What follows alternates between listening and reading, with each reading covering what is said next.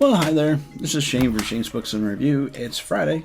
Thank you for coming by. I appreciate that in a big way. And I'd like to welcome you back. So today we're going to be talking about The Martian Chronicles, wrote by Ray Bradbury, and it was published in 1950. As I was saying on Monday, it seems to me like this is a book that was a bunch of short stories that he tried to put together with some text. I did some reading and found out that was absolutely correct. He took the idea from Grapes of Wrath from John Steinbeck and a couple of other authors as well during that time period. The book is comprised of a bunch of short stories. And the thing that was kind of interesting about it was done in a chronological order, so that helped tie the book together a little bit too. But the stories are wide-ranging. Some of them have to do with the first time that men came to Mars. One of them had to do with whenever men came to Mars and actually got their feet on the planet, and they were thought to be psychic illusions because a Martian had gone insane and was creating all this weird stuff. There was another one where just right after that, Earth had made it to Mars. They ended up finding some of their relatives that had been dead for many a year, their second life.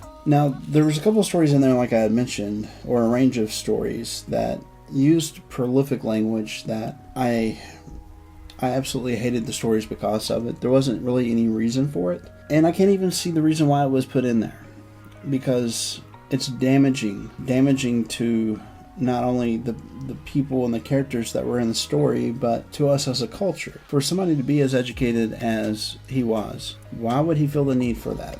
That was such an overdone thing. I mean, there was token stereotypical junk that was in this book, and for that, I don't think you'll be missing much if you don't read this. I just don't see the point of it. I don't see the reason why it was kept in there. It doesn't mean that I have to like it, or that I have to subscribe to it, or that I should condone it because it's in literature in the past. So there's my healthy opinion on it. If you can get past that and you can just skip over those chapters, and you'll know them when you get to them. The rest of the book is filled with imagery, and this imagery has to do with looking at things through the eyes of someone very creative, which is why it kind of stunned me that there was so much of this other hateful stuff in there. But some of the scenes and some of the landscapes and the things that were described were absolutely beautiful and well described within the literature, as well as some of the concepts between men showing up on Mars and the husband of the Martian lady being so jealous that he actually killed the people that got there, or the people thought to be just insane, and because Martians are psychic, it's something that they can spread their delusions to other Martians. Unique concept there. Or the one Earthling that became the Martian because he figured out the language and how to read it and ended up killing off all the disrespectful humans that were on the planet.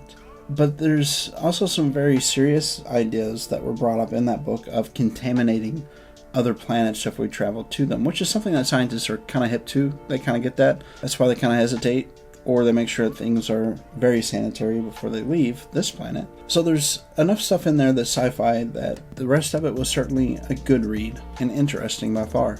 Now, I could take my time and I could break down each and every one of these stories, but I really don't want to do that because sometimes the joy of the book is the mystery of it and what was found within. So if you do happen to read it, be warned, I did tell you the other stuff was there, but some of the other stories are so well done that was the reason why I wanted to share it with you guys and gals today. Today's book was The Martian Chronicles, wrote by Ray Bradbury. Apparently, I'm going to go take a nap now because I can't stop yawning, although I have edited all those out, I'm sure. Like, share, subscribe. This is Shane with Shane's Books and Review, and I will see you on Monday.